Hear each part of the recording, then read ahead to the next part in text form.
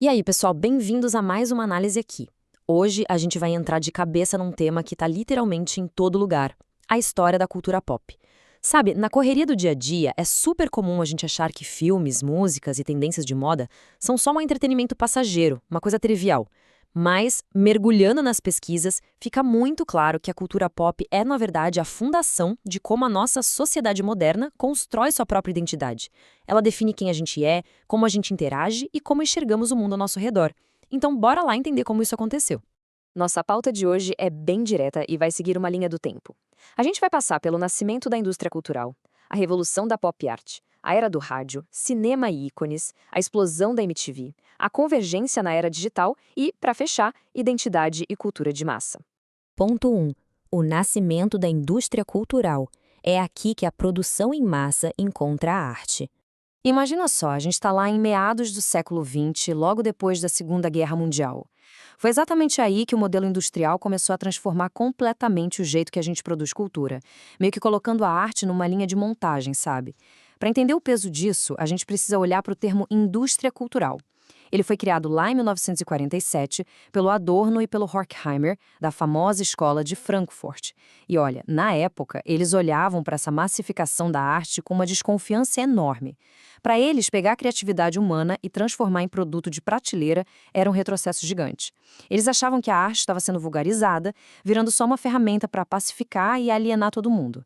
Era uma visão bem sombria sobre o entretenimento, para dizer o mínimo. Mas aí o jogo vira, e o contraste que surge algumas décadas depois é fascinante. De um lado, a gente tinha aquele pessimismo super elitista da escola de Frankfurt.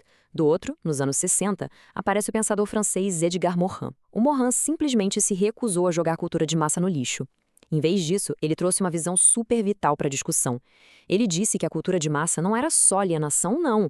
Era um vocabulário completamente novo. Era um sistema gigantesco de símbolos, projeções e mitos que acabou criando uma linguagem comunitária que todo mundo conseguia compartilhar, um verdadeiro divisor de águas. Número 2. A revolução da pop art e como ela começou a borrar as linhas do que é ou não arte. Essa mesma tensão entre consumir em massa e ter um significado artístico leva a gente direto para os anos 50 e 60. A pop art foi um verdadeiro choque no sistema. Em vez de torcer o nariz para a sociedade de consumo, gênios como Andy Warhol e Roy Lichtenstein abraçaram a ideia com força. Eles pegaram coisas super banais do dia a dia, pensem naquelas latas de sopa Campbell's ou nas garrafas de Coca-Cola, e transformaram isso em alta arte. Cores vibrantes, muita repetição, eles focaram em celebridades e na estética dos quadrinhos. O que eles fizeram na prática foi tirar a arte daquelas galerias intocáveis e entregar de bandeja para o grande público. Foi a desconstrução perfeita dos símbolos da época. E isso não é só um detalhe estético, tá? As pesquisas acadêmicas em comunicação documentam certinho esse momento exato da transição da cultura de massa para o pop. A cultura parou de ser só uma coisa empurrada de cima para baixo e passou a ser algo apropriada pelas pessoas. O pop virou a lente principal pela qual a sociedade começou a interagir e a se enxergar. Seção 3. Rádio, cinema e ícones. A expansão acelerada da mídia. Mas aí fica a dúvida, como que esses símbolos todos chegaram em tanta gente e tão rápido? Se a gente olhar para a cronologia, a velocidade é um absurdo. No começo do século XX, rádio e cinema já mandavam em tudo. Mas chegando nos anos 50, a televisão literalmente jogou o entretenimento direto nas nossas salas de estar. Logo em seguida, nos anos 60, boom, explosão do rock and roll. Dando um salto para os anos 80, a gente entra na era dos videoclipes com a MTV. Isso tudo deságua na revolução da internet nos anos 90. Foi uma aceleração incontrolável de como a gente compartilha a nossa cultura.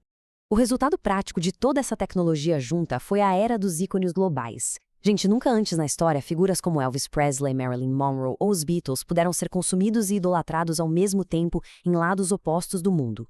Esses ícones viraram âncoras para a identidade de gerações inteiras. Eles não estavam lá só vendendo disco ou ingresso.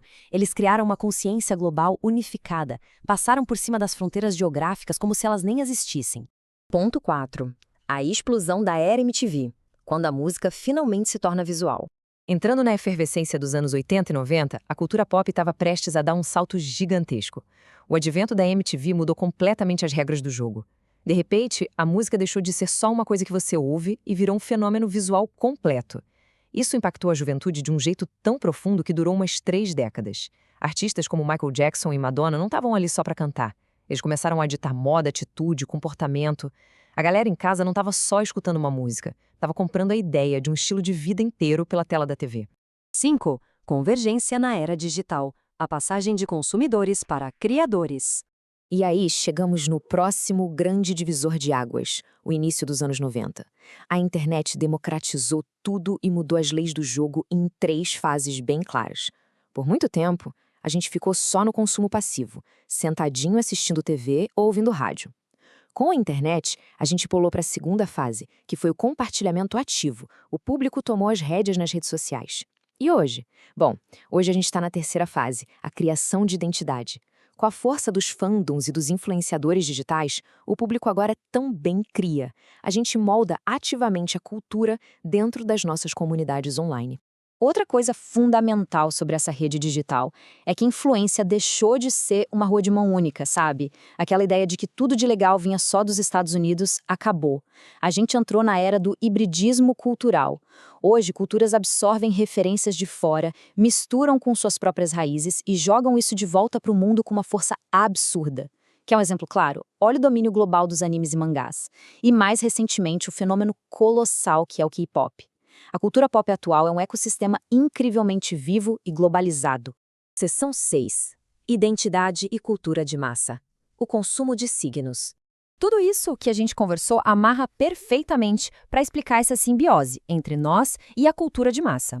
Tem uma frase do pesquisador Mike Featherstone, lá de 95, que resume isso de um jeito brilhante. Ele diz que o consumo não deve ser visto só como o consumo de utilidade, mas principalmente como consumo de signos bisten. Traduzindo, quando alguém bota a camisa de uma banda, grava uma trend do TikTok ou vai no cinema ver o herói favorito, não tá só comprando entretenimento ou tecido, tá consumindo símbolos, tá usando esses signos da cultura pop para mandar um recado para o mundo sobre quem é, no que acredita e a qual grupo pertence. O que deixa a gente com uma baita reflexão. A gente viu como a arte e a indústria se fundiram, como a pop art quebrou as barreiras e como a tecnologia transformou todo mundo de mero espectador em criador da própria identidade. No fim das contas, a cultura pop é o espelho definitivo de quem a gente é.